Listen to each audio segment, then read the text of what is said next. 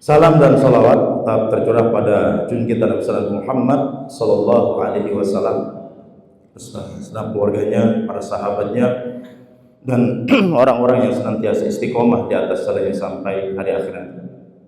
Baik Bapak Ibu sekalian, kita akan membahas kematian fi sabilillah. Ini ada 3 macam.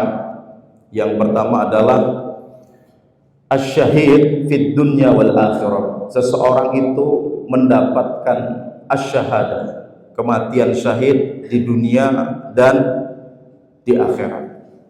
Ini adalah kematian yang sempurna. Syahidnya tidak hanya di akhirat, tapi juga di dunia. Tidak hanya di dunia, juga dia mendapatkan kesyahidan itu di akhirat. Siapakah mereka ini? Mereka ini adalah orang-orang yang berangkat berperang di jalan Allah Subhanahu wa taala dan dia meninggal di saat pertempuran itu atau setelahnya, sebelum makan, minum atau diobati. Jadi kalau habis perang itu Pak, terkena luka-luka, sempat makan, sempat minum, sempat diobati, ini nggak masuk kriteria yang pertama ini ya. Yang kriteria yang pertama ini benar-benar dia meninggalnya syahid fi ma'rakatil jihad, benar-benar dia meninggalnya di saat berperang di jalan Allah Subhanahu wa taala atau setelahnya, tapi belum sempat makan, minum dan diobati.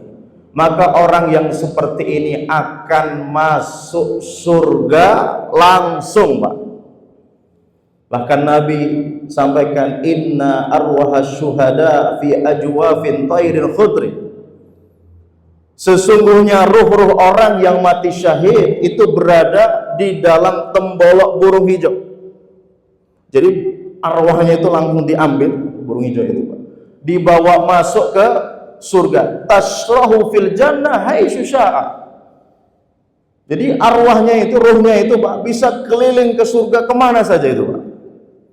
Maka tidak ada seseorang yang masuk surga dan ingin dikembalikan hidup ke dunia kecuali siapa Pak? Orang yang mati syahid. Sudah masuk surga, melihat bidadari, melihat keindahan surga, mau balik ke dunia, itu tidak ada kata Nabi kecuali siapa? Orang yang mati syahid. Kenapa orang yang mati syahid? Karena dia saat melihat keutamaan jihad fisabilillah itu luar biasa Pak. Justru dia ingin mengulang lagi gitu. Bagaimana dia dihidupkan, berperang lagi, terbunuh lagi, dihidupkan, berperang lagi, terbunuh lagi. Ya, karena apa? Mereka melihat keutamaan yang Allah berikan kepada orang-orang yang berjihad di jalan Allah Subhanahu wa taala. Inilah sebuah keutamaan kematian yang luar biasa. Ya, bahkan Nabi sendiri menjelaskan, lisyahidi indallahi sittu khisal. Orang yang mati syahid itu di sisi Allah akan mendapatkan 6 keutamaan. Yang pertama, yughfaru lahu fi daf'atin min dami. Diampuni setiap dosanya sejak tetesan darah pertama kali. Jadi saudara-saudara kita di Palestina itu Pak, yang dibombardir, ada yang terkena peluru begitu ya, kemudian meneteslah tes gitu Pak ya, satu tetesan darah pertama kali, itu setiap dosa yang dia miliki diampuni Allah Subhanahu wa taala. Memang dalam satu sisi kita bersedih dengan kondisi yang menimpa kaum muslimin kita di sana, tapi dalam satu sisi Allah sedang membukakan surga seluas-luasnya untuk mereka. Yang kalau di Indonesia untuk syahid yang begini, ngelawan siapa Pak? Ayo, perang sama siapa? Berantem sama siapa? Susah. Ini hanya dibukakan di tempat-tempat yang Allah jadikan itu bumi jihad fisabilillah. Itu yang pertama. Yang kedua, wa yujaru min azabil qabri. Dia akan diamankan dari siksa kubur. Orang yang mati syahid tidak melewati fitnah kubur, tidak melewati siksa kubur. Kenapa demikian? Nabi pernah ditanya, ya Rasulullah, kenapa bisa demikian? Mereka tidak merasakan itu semuanya. Nabi menjawab, cukup kilatan pedang ketika dia berperang itu sudah menjadi ujian baginya di dunia. Bapak Ibu sekalian, pernah perang belum Pak? Perang yang beneran, bukan perang-perangan. Itu Bapak Ibu sekalian, belum tentu loh Pak, bawa pedang itu berani Pak, mengibaskan Pak gitu. Apalagi ketika sudah kena musuh keluar darah, itu kalau orang nggak kuat dan nggak terlatih itu bisa jadi malah pingsan itu Pak. Orang bapak-bapak ini mungkin ada kok ya nggak berani nyembelih ayam kok. Kenapa? Melihat darah itu saya bisa pusing langsung pingsan. Wah gitu kan.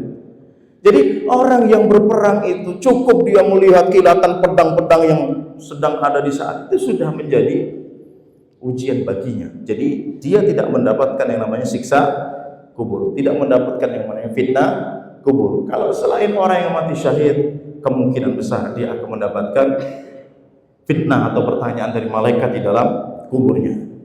Kemudian yang ketiga adalah wa ya'manu min faz'il akbar.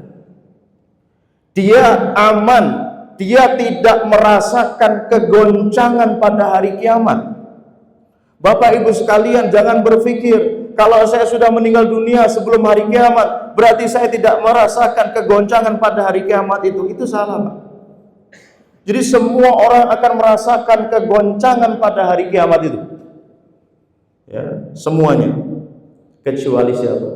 Orang yang mati syahid, dia tidak merasakan itu semuanya. Jadi semua kita nanti akan dibangkitkan Pak dari azbu zanab, dari tulang ekor kita ini Pak. Allah akan bentuk lagi manusia kita, kemudian akan digiring ke padang mahsyar. Padang mahsyar kita ada di mana Pak? Di negeri Syam. Syam itu mana? Suriah, Palestina, Lebanon, itulah Syam itu. Nanti akan muncul dari Yaman. Jadi dari Yaman itu ada dua Pak yang muncul nanti Pak. Yang pertama itu Allah akan mengirim angin dari Yaman yang sangat lembut, dan angin ini akan menerpa siapa saja yang beriman dan mewafatkannya. Jadi tidaklah angin ini mengenai orang-orang yang beriman di saat itu, melainkan orang beriman saat itu akan diwafatkan Allah Subhanahu wa ta'ala. Maka yang tersisa di saat itu di muka bumi adalah syirarul khalqi, seburuk-buruk manusia di muka bumi ini Pak. Jadi sebelum tegak hari kiamat itu orang beriman itu diwafatkan semuanya.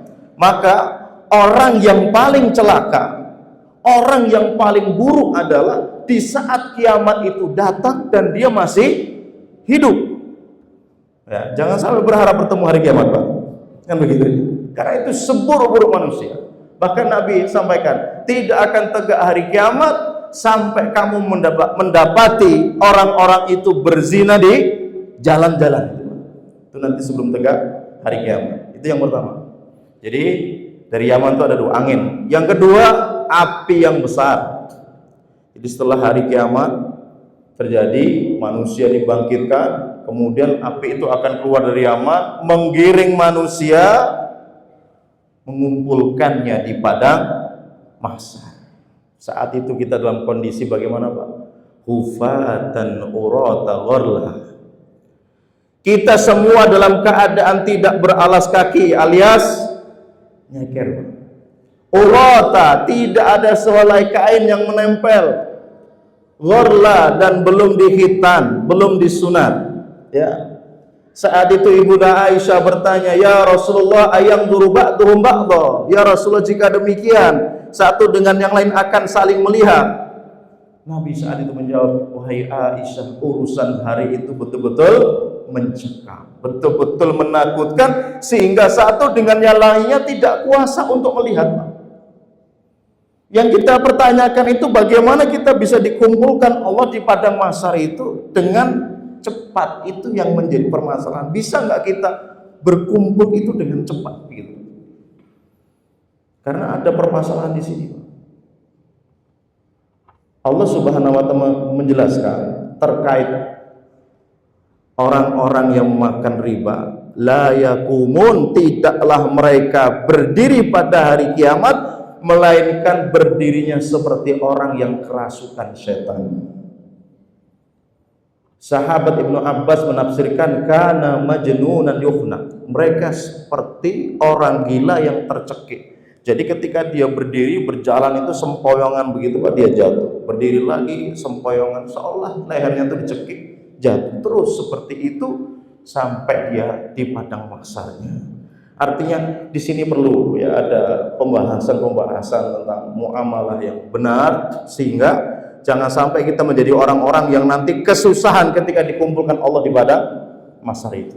Dan tadi semua akan merasakan kegoncangan itu pada hari kiamat kecuali orang yang mati syahid. Kemudian tidak hanya itu, yang nomor 4 Nabi katakan wa yudau ala ra'sihi tajun waqar. Allah akan sematkan kepada orang yang mati syahid itu apa? Mahkota kemuliaan. Jadi nanti di surga yang memiliki mahkota itu yang kita ketahui Pak, itu 2 golongan Pak. Yang pertama, siapa saja yang anaknya hafal Quran, itu dia akan memakai mahkota Pak. Yang kedua, orang yang mati syahid, dia akan memakai mahkota. Jadi akan terlihat betul seseorang itu yang memakai mahkota itu, oh karena ini, oh karena itu akan terlihat betul.